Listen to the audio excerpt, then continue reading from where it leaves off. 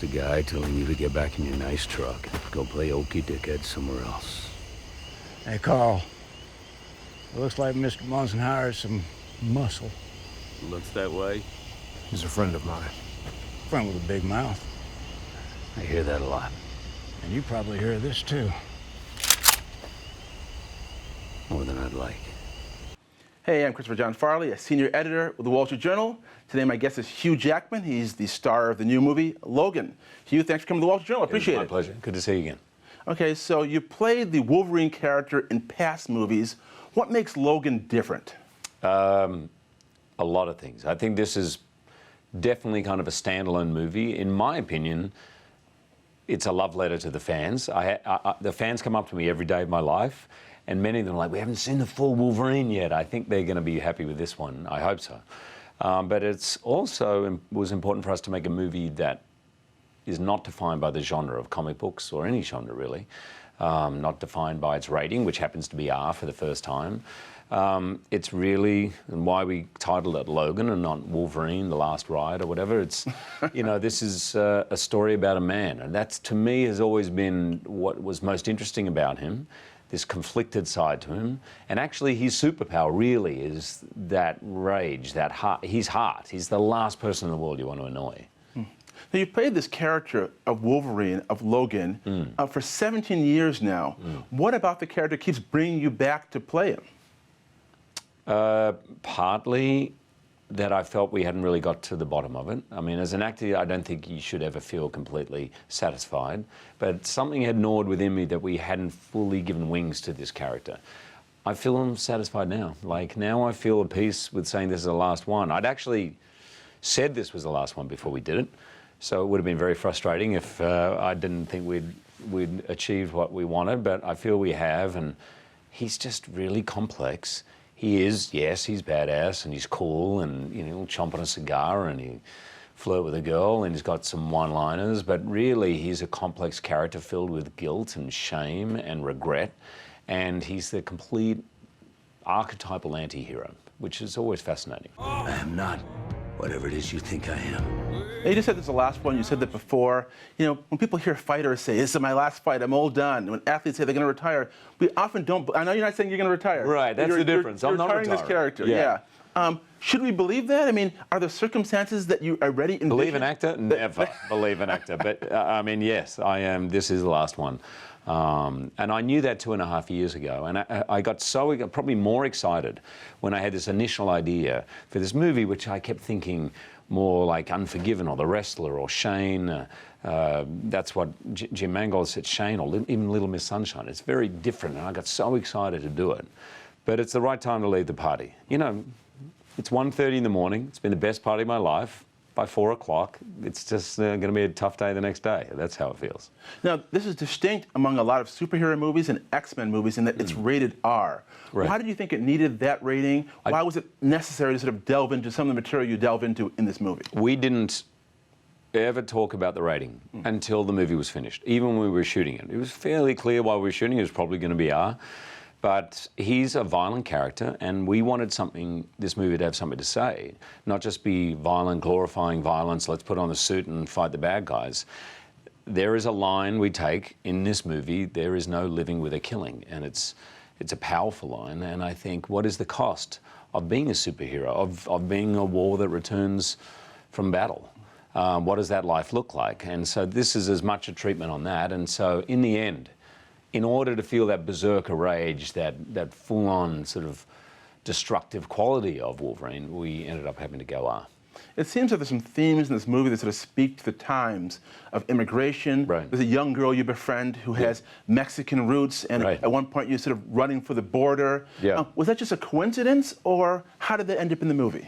You know, this script was written first draft probably a year before the primaries were happening here, and I remember when this talk of a border wall came up, I turned to James Mangold, the director. I was like, I think someone's leaked our script. Like, it was amazing to me how it resonated. But really, I mean, not just in America, but in Europe and all around the world, that question is being asked of should we shut down and just sort of be more separate from the others? Are things happening too quickly? Is it too painful and annoying and frustrating or even dangerous to kind of open ourselves up to each other? And this has actually been at the heart of the X-Men franchise from the beginning. The beginning, in 1963, it was actually a story about the Civil Rights Movement. Professor Xavier was Martin Luther King, and Magneto was Malcolm X. You know, do we fight or do we try and assimilate with each other? And it's not a new issue, it is heightened right now. And I put that down to James Mangold as a writer-director, he is someone who has something to say. And the movie does have something to say, but he was sensing that we're at a tipping point right now. And so the movie does have resonances for sure. And there's a great young actress who plays someone you befriend and champion in the movie. Tell me a bit about her, and what's it like working with a young actress when there are action sequences, there are sequences that are very emotional. What's it like working with such a young actress? James Mangold came up with this idea that a character whose biggest fear is intimacy. Like, he would much prefer just to not be involved with anybody, be on his own, surrounding him with family. So we had Charles Xavier, played by Patrick Stewart, and I think he's phenomenal in this movie. I think fans are really going to get to see him in full flight. And then this young girl, who, is she a daughter of his? Is she related? We don't really know. It's very mysterious. She doesn't speak for the majority of the movie. She's 11 years old. She's got this ferocity. She's got claws. She can kick ass, and she's unbelievable at action. And I said, this is a great idea. How the hell are we going to find someone? You know you got to pay for that, right? Hey, come on. Not okay. He found this young girl, Daphne Keane, whose parents are both actors. One's English, one's Spanish. She loves doing all the action. She hated when she was told it was time to go to school after doing her martial arts training. And she's the heart of the movie. And I knew when we auditioned that there was something special in her, but you really, with an 11-year-old, actually, with any year-old, you don't know what's going to happen under the pressure of the day. It's like you can be great in practice, but what happens when you're on the field on Sunday Night Football, you know? She was phenomenal. Her performance is nothing short of extraordinary. The fans are going to flip, but I think anyone who watches this movie will be astonished by what she does. Now, you've tweeted out a picture of yourself, you know, after with a bandage on your nose. Yeah.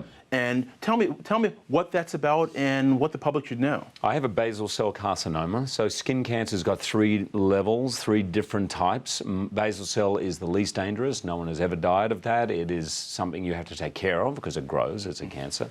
And it's my 5th or 6th of them. And all cancers appear.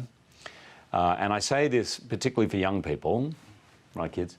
All skin cancers appear 25 years after skin damage. It doesn't matter where you're from or where you live. Everyone is susceptible. Wear sunscreen, get checkups. I'm absolutely fine, but I just have to get checkups more often. You know, being of English descent growing up in Australia, obviously I was in a more dangerous situation. So should your fans be worried or concerned? No. This has happened before. No, they should get checkups and wear sunscreen, fans. That's what you should do. But no, I mean, and it will happen again.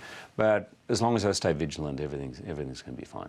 So I'm wondering also, you know, back to the subject of superhero films, why do you think these have such a hold on Hollywood and the public imagination?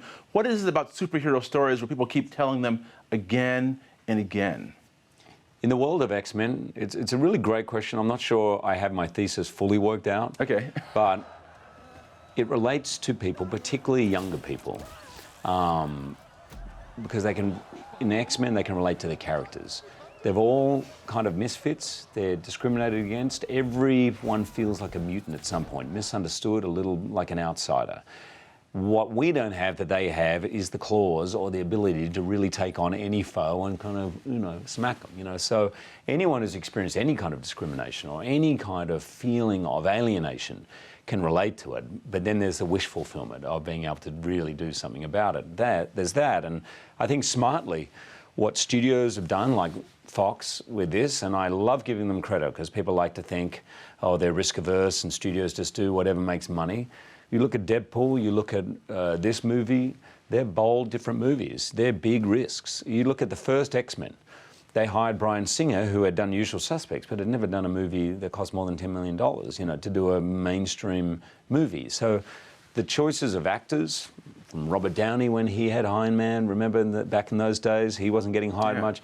I think they're realising, let's take risks, let's hire serious filmmakers, serious writers, and in our case, James Mangold and Scott Frank, and that combination has made good movies. But people say, will it last? I say, only if they're good. Thankfully, we're in a world now where average just fails. Average does not cut it. With social media, if you make a movie that's like, if you don't exceed people's expectation by 7 o'clock on Friday night, the entire world knows about it, and you are dead in the water. And I think it's great. Now, one thing I wondered as you exit this role of Wolverine and of Logan, one thing I've always wondered is, what kind of mark does it leave on you? When I see an actor who's been in a Broadway show, for a couple years, they've played a part in the movies for a decade, I wonder, does part of the character sink into you, or are you someone who can walk away from a role without it leaving any kind of mark on your own kind of personality? So what mark did Wolverine leave on you? We do. You change over the years. It's 17 years, so it's almost impossible to say. Obviously, the basic answer to that as an actor is that you transform for that role, and when you call cut or at the end of the day, you come home and you just be you, But the truth is, the more you discover about yourself, the more you can put into those characters. So characters have a way of opening you up. The challenges of understanding someone else's battle, like getting inside the head of Logan or Jean Valjean or Les Mis, when you open yourself up to anyone else, if you're curious about other people, which is your job, that does have an effect on you. It makes you think about your own life, how you could do things better, and it gives you more understanding and ultimately empathy for others. I think I'm certainly more confident, more probably slightly quieter, and actually calmer person. He's been great therapy. Calmer. He's been great therapy.